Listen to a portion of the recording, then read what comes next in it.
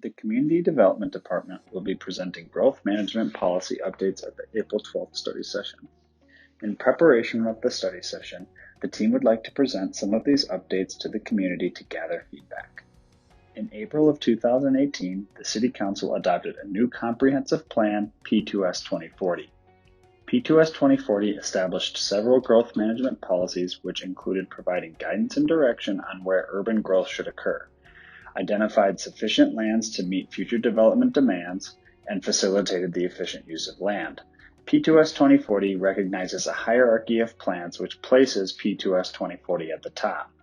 Citywide functional plans such as the ROCOG Long Range Transportation Plan, the Sanitary Sewer Master Plan, and the Parks and Recreation Master Plan, among others, are key drivers behind the need for a coordinated growth management strategy. What is the Growth Management Map? Growth Management Map establishes which areas could be affected by future urban expansion. This map provides guidance and direction on where urban growth should occur over the next 30 to 50 years. Why is it important? Growth management is currently a strategic priority of the City Council. The Growth Management Map helps guide future city investments and provides timing and predictability to developers and residents on where the city may grow next. This slide shows the current Growth Management Map. This map is outdated following the completion of the Sanitary Sewer Master Plan in 2019, which the City Council adopted in 2020. This map outlines the sub-sewer districts, which I will reference in later slides. The City of Rochester has 7 sub-sewer districts. This map outlines the ultimate sewer service boundary. The black line on the map shows where the city could expand sewer if the City Council chose to do so. The map on the right shows the current sub-district capacity. As you can see, there are only 2 sub-districts that currently have capacity today. So the question is, where should the city invest in sewer expansion so that our team can update this map to accurately reflect the timing of Rochester's urban growth? The map on the right shows which sewer projects are needed to address capacity constraints in each of the sub-districts. The red lines show pipes where bottlenecks occur, and the yellow lines show pipes where expansion is needed. By investing in capacity upgrades in the pipes currently shown in red, the city can start to address that sub-district's capacity constraints. This slide outlines some of the growth distribution goals established in the comprehensive plan. It's important to remember throughout this discussion that the comp plan calls for the creation of 26,000 housing units through 2040 and aims to direct 78% of those units within the current city boundary. The next slide is to help set the stage on exactly how much land the city has available for residential development within the City of Rochester today. There's roughly 2,900 acres of residential land currently within city limits. As of November 2020, there were 787 platted vacant residential lots, with 111 lots that had received preliminary plat approval. Based on single-family building permits, the 3-year lot supply that the City of Rochester should be aiming for is roughly 890 residential lots. One more slide setting the stage before we get into some investment options for the community to consider. Kings Run and Headley Valley are the 2 sub-districts with capacity today. The 2 districts include roughly 14,500 acres of vacant residential land, which equates to an estimated 10,200 developable acres. Assuming this land developed residentially, the potential for housing units in these 2 sub-districts for low-density units, which is 4 units per acre, is roughly 40,800 units. If the lands were developed at a medium density, that would equate to roughly 80,000 units. To help set some of these numbers into perspective, it's important to note that P2S 2040 calls for the creation of 24,000 housing units between 2018 and 2040. Next, I will outline 4 sanitary sewer expansion options that the city team feels rise to the top for consideration. There are likely several additional options that could be considered. The City Council will need to establish which of these options they wish to prioritize. Option 1, West Sumbro. West Sumbro includes roughly 5,800 developable acres, with roughly 580 developable acres within the target area. The developer paid fee for this target area is $15,390 per acre. The map on the right shows what the growth management map could potentially look like should the West Zumbro be selected.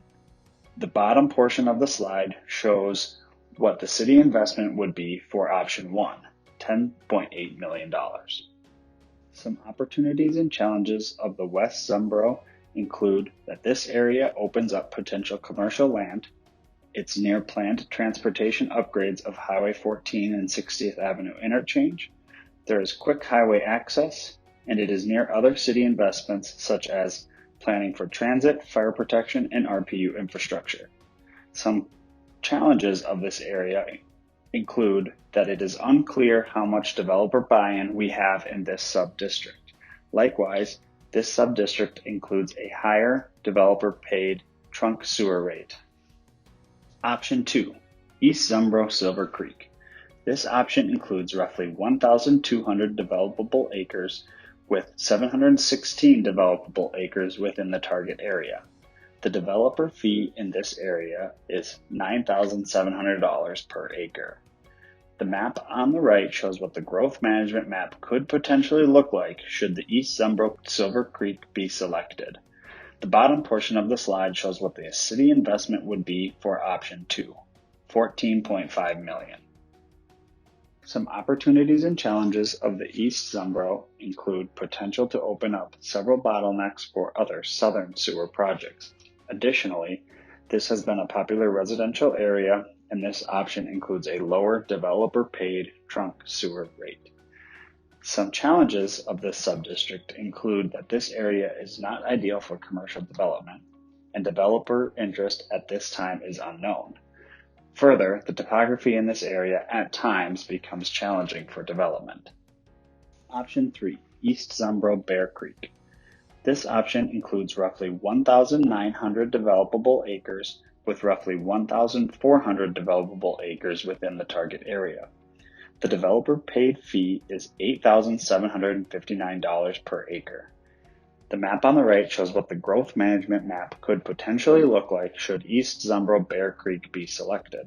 The bottom portion of the slide shows what the city investment would be for option 3, $31.9 million. Some opportunities and challenges of the East Zumbro Bear Creek area include that these projects begin to address several bottlenecks throughout the entire sewer system. Additionally, this area includes residential and commercial lands and has the lowest trunk sewer rate of the 3 options. Further, there is great access to Highway 63, 52, and I-90.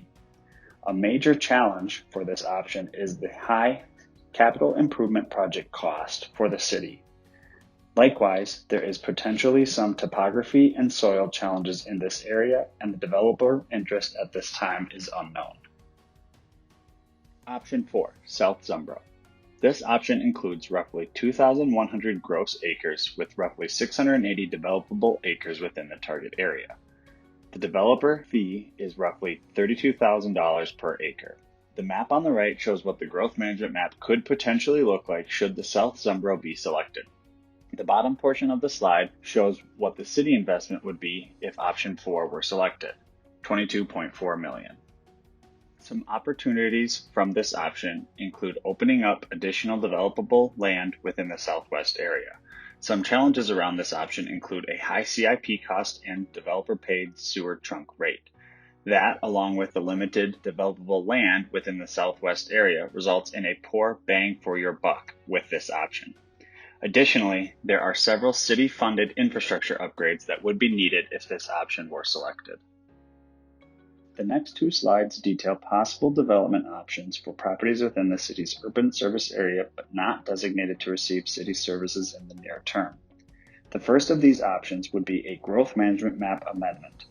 Following the map update, should lands be identified as something other than near-term urban expansion, a growth management map amendment could be an option. This process would be created to allow for small-scale amendments similar to the land use plan amendment process today. This application would allow developers annexation flexibility by demonstrating that their small-scale project won't adversely affect the city's Sanitary Sewer Master Plan. This policy will establish criteria to evaluate the proposed amendments consistently.